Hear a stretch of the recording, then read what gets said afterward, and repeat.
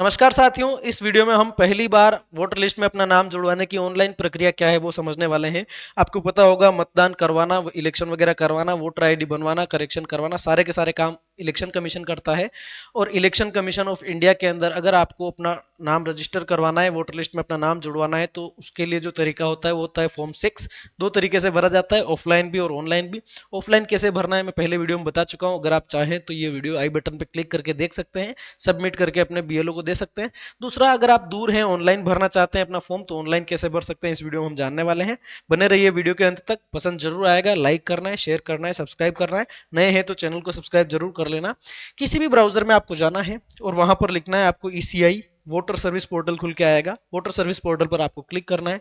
जब आप इस पर क्लिक करते हैं साथियों, तो आपके सामने का इंटरफेस कुछ इस तरीके का खुल के आता है। किस तरीके का? बिल्कुल इस तरीके का।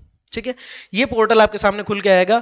यहाँ पर आपको फॉर्म नंबर 6 का ऑप्शन मिल जाएगा। डेस्कटॉप साइट मोड में आप यूज करेंगे। फॉर्म 6 के ऑप्शन पे आपको क्लिक करना है। इस पर क्लिक करेंगे, क्लिक करते ही आपके सामने इंटरफेस ये आएगा, या तो इपिक नंबर डालो या मोबाइल नंबर डालो। कुछ साथियों को इपिक का मालूम नहीं, मतलब नहीं पता है। इपिक का मतलब होता है इलेक्ट्रॉनिक फोटो आइडेंटिटी कार्ड, यानी कि ऐसा पहचान पत्र जिसमें आपका फोटो भी वो हो और वो इलेक्ट्रॉनिक रूप से वेरीफाइड भी हो। यहाँ पर आपको अपने मोबाइल नंबर डाल देने। इपिक तो अपने पास है ही नहीं, क्योंकि अभी पिक बनवाने के लिए तो आवेदन कर रहे हैं। तो यहाँ पर अपना मोबाइल नंबर डाल करके लॉगिन कर लेंगे। ये ओटीपी आएगा यहाँ पर 76। ये हमने डाल दिया मोबाइल नंबर, और यहाँ पर आपको कैप्चा डालना पड़ेगा। यहाँ पर ये आपको सामने कैप्चा दिखाई दे रहा है, इस कैप्चा को पेस्ट करना है साथियों।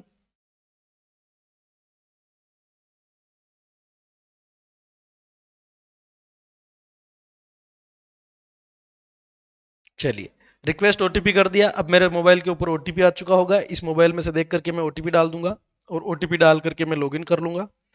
ठीक है साथियों।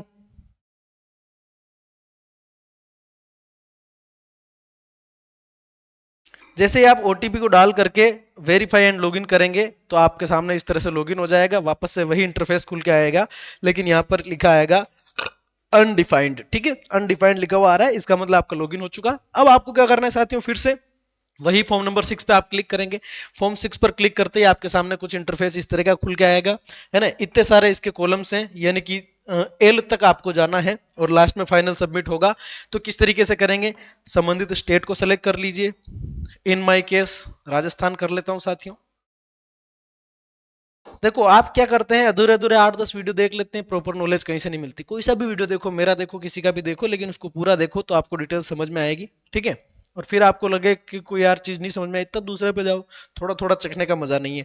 डिस्ट्रिक्ट सेलेक्ट कर लिया, स्टेट सेलेक्ट कर लिया। अब यहाँ पर आपको विधानसभा सेलेक्ट कर लेनी है। कॉन्स्टिट्यूंसी कौन सी वो सेलेक्ट कर लेना है। उसके बाद इसको ऊपर बढ़ जाना है आपको। यहाँ पर नेक्स्ट का ऑप्शन मिलेगा, इस पर क्लिक करेंगे। इस पर क्लिक करने के साथ में आपके साथ में यहाँ नाम लिखने का ऑप्शन आएगा। यहाँ पर अपना नाम इंग्लिश के अंदर डाल दें। मैं यहाँ पर कोई भी नाम डाल देता हूँ एक रेंडमली। या जब नाम डालेंगे और दूसरे बॉक्स में आप क्लिक करेंगे, तो यहाँ पर आपका नाम ऑटोमेटिक ट्रांसलेट होकर के आ जाएगा। ठीक है, ट्रांसलेट होकर के आ गया। आपको अपना अगर ट्रांसलेशन सही लगता है तो उस पर क्लिक कर दें, बाकी आप मैनुअली भी यहाँ पे टाइप कर सकते हैं। और सरनेम है तो लगा दो, बाकी मैं तो कह रहा हूँ सरनेम के पछड़े मत पड़ो। डॉक्यूमेंट में हो तो लगाना, लेकिन आम जिंदगी में नहीं पढ़ना। अब यहाँ पर आएगा अपना फोटोग्राफ, है ना। 2 MB से कम साइज का आपका फोटोग्राफ होना चाहिए, व्हाइट बैकग्राउंड का होना चाहिए, और फ्रंट लुक उसके अंदर आना चाहिए। ठीक है, अब यहाँ पर चूज फाइल पे क्लिक करेंगे। जो भी आपका फोटो है, यहाँ से फोटो को लेकर के आप डाल देंगे। ठीक है, ये फोटो अपना चढ़ चुका है। उसके बाद में, हाँ भाई, सेव, ये कर लिया हमने सेव। ठीक है, थोड़ी देर चक्कर घूमेगा, देखते हैं क्या हो रहा है।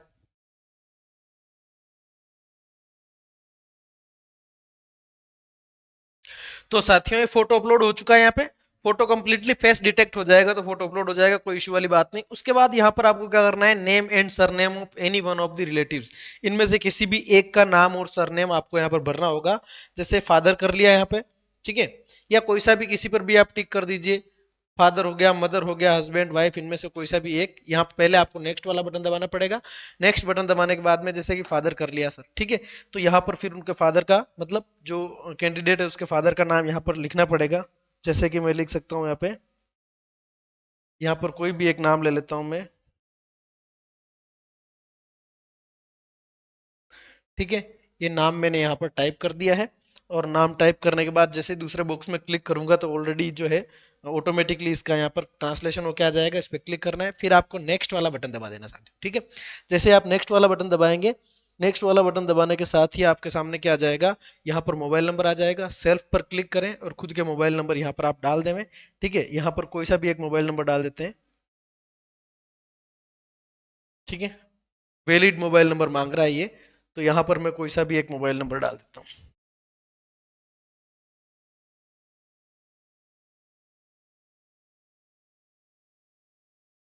ठीक है। ये मोबाइल नंबर डाला। मेल आईडी भी आप चाहें तो सेल्फ लिख करके यहाँ पर मेल डाल सकते हैं, बाकी कोई दिक्कत वाली बात नहीं है। उसके बाद में आपको क्या करना है साथियों, नेक्स्ट पर क्लिक कर देना है। नेक्स्ट पर क्लिक करेंगे, आपसे पूछेगा आधार डिटेल, आपके पास आधार है या नहीं है। अगर है तो आधार पर क्लिक करें, आपका आधार नंबर मांग लेगा। अगर नहीं है तो I am not able to furnish my Aadhaar number because I don't have Aadhaar, जो भी है आप कर देंगे। यहाँ पर मैं आधार नंबर डाल देता हूँ, चलिए।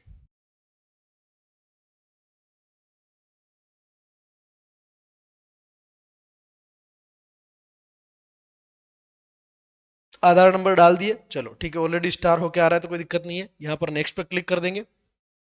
यहाँ पर आपको अब क्या करना है, अपना जेंडर सेलेक्ट करना है। जेंडर सेलेक्ट कर लेंगे, उसके बाद फिर से आप नेक्स्ट पर क्लिक करेंगे और उसके बाद में आपसे यहाँ पर डेट ऑफ बर्थ पूछी जाएगी। डेट ऑफ बर्थ आपको यहाँ पर डाल देनी है। जैसे कि मैं डेट ऑफ बर्थ ले लेता हूँ, यहाँ पर ये जो आ रही है वही ले लेता हूँ, ठीक है। ये डेट ऑफ बर्थ डाल दी मैंने, 1/10/2007, क्योंकि आपको बताने के लिए डाल रहा हूँ। Document for proof of date of birth, any other document of proof of date of birth, ठीक है। तो मैं यहाँ पर क्लिक करता हूँ, यहाँ पर डॉक्यूमेंट सेलेक्ट करने का ऑप्शन आएगा। डेट ऑफ बर्थ के प्रूफ के रूप में आप क्या लगाना चाह रहे हैं, बर्थ सर्टिफिकेट लगा रहे हैं, आधार कार्ड लगा रहे हैं, पैन कार्ड लगा रहे हैं, डीएल लगा रहे हैं, कास्ट सर्टिफिकेट लगा रहे हैं, इंडियन पासपोर्ट, कुछ भी लगा सकते हैं। आधार कार्ड ही ले लीजिए। उसके बाद में आपसे पूछेगा कि आधार का यहाँ पर आपको फोटो अपलोड करना है, ठीक है। तो आधार का फोटो मांगेगा फिर से। यहाँ पर आप आधार का फोटो जो है आपकी गैलरी में ले जाएगा, वहां से आप आधार का फोटो डाल दें। मैंने मेरा खुद का फोटो था वही डाल दिया है, अभी आपको क्योंकि बताने के लिए कर रहा हूँ। उसके बाद नेक्स्ट पे क्लिक करेंगे साथियों। अब यहाँ पर आपका प्रेजेंट एड्रेस पूछेगा, प्रेजेंट एड्रेस पूछेगा, बिल्डिंग नंबर पूछ रहा है, ठीक है, 33 डाल दिया। एरिया या लोकेलिटी पूछ रहा है, ठीक है, मैं कुछ भी डाल देता हूँ, भादरा डाल दिया मैंने यहाँ पे। अनुमान से भद्र लिखा हुआ आ गया। उनका ट्रांसलेशन ऑटोमेटिक नीचे आ जाएगा, आप चाहें तो ट्रांसलेशन ठीक कर सकते हैं। बाकी क्या है, वोटर लिस्ट में फिर वो गड़बड़ ट्रांसलेशन है, सॉफ्टवेयर से हो रहा है ये। विलेज यहाँ पर मैं कुछ भी अंदाज से डाल देता हूँ, ये कोई नाम ही नहीं होगा, कस्तूर लिख दिया मैंने। और उसके बाद में मैंने ये देखो कस्तूर आ गया। पोस्ट ऑफिस, अब पोस्ट ऑफिस का नाम क्या है वो यहाँ पर आपको डालना पड़ेगा। जैसे कि ये पोस्ट ऑफिस का नंबर नाम डाल दिया, फिर यहाँ पर आपको पिन कोड डालने साथियों,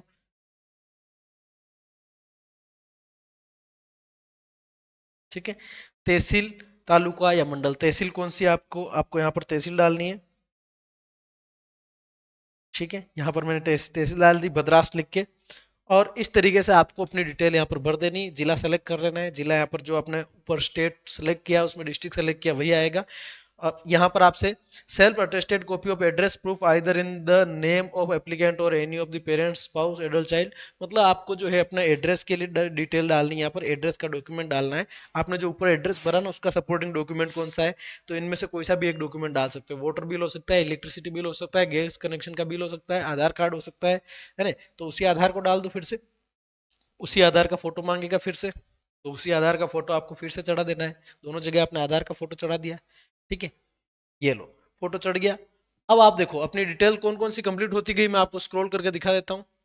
इस साइड में अगर आप देखेंगे तो अपना ए वाला कॉलम कंप्लीट हो चुका, पर्सनल डिटेल डल गई, रिलेटिव डिटेल डल गई, कॉन्टैक्ट डिटेल डल गई, आधार डिटेल डल गई, जेंडर डल गया, डेट ऑफ बर्थ डल गई। अब पेरेंट्स का एड्रेस, 1 2 3 4 5 6 चीजें और है, ठीक है। तो देखिए करते चलते हैं अपन, कहाँ तक आ गए थे साथियों। प्रोसेस को पूरा समझना पड़ेगा आपको, तो वीडियो को लास्ट तक देखिएगा। अब यहाँ से आपको क्या करना है, नेक्स्ट पर क्लिक करना है। ये नेक्स्ट पर क्लिक कर दिया, ठीक है। यहाँ से पूछ रहा है क्या आप डिसेबल हैं, अगर डिसेबल हैं तो बताइए, नहीं है तो कोई बात नहीं। अगर डिसेबल है, मान लीजिए लोकोमेटिव है, विजुअल है, या डीफ डम है, या कोई और है, मान लीजिए अदर कर दिया, तो यहाँ पर पूछेगा डिसेबिलिटी का नाम बताओ, या लोकोमोटिव कर दिया, ठीक है। कितने परसेंट है, तो यहाँ पर आपको परसेंटेज डाल देने कि आपकी डिसेबिलिटी कितने परसेंट है, ठीक है। मैं फिलहाल 10% डाल देता हूँ, 10%। सर्टिफिकेट अटैच है कि नहीं है, अगर यस करेंगे तो आपको सर्टिफिकेट भी यहाँ पे अपलोड करना पड़ेगा, तो मैं यहाँ पर नो कर देता हूँ, ठीक है। इसको आगे बढ़ जाते हैं लेकर के, नेक्स्ट पर क्लिक कर देंगे। यहाँ पर family member, name of family member, the details of my family member already included in the electoral roll at current address with whom I current with whom I currently reside are as under. अब किसी भी एक व्यक्ति का आपको यहाँ पर क्या है, एपिक नंबर डालना पड़ेगा, उसकी जो है डिटेल्स डालनी पड़ेगी। नेम ऑफ फैमिली मेंबर, एक व्यक्ति जो पहले से यहाँ पर रह रहा है ना, उसकी डिटेल डालनी है। तो यहाँ पर मैं डाल देता हूँ जैसे कि राधे लिखा मैंने, ठीक है। और रिलेशन, रिलेशन मैंने यहाँ पर फादर कर लिया। इपिक नंबर पूछ रहा है तो मैं इपिक नंबर यहाँ पर डाल देता हूँ, ठीक है।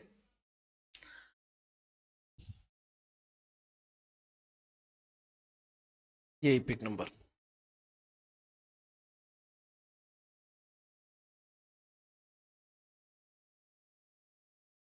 इपिक नंबर डाल के हमने क्या कर लिया साथियों, नेक्स्ट कर लिया, ठीक है। जैसे ही नेक्स्ट करेंगे ये डिटेल्स आपके सामने खुल के आ जाएगी, आपने क्या क्या भरा जो।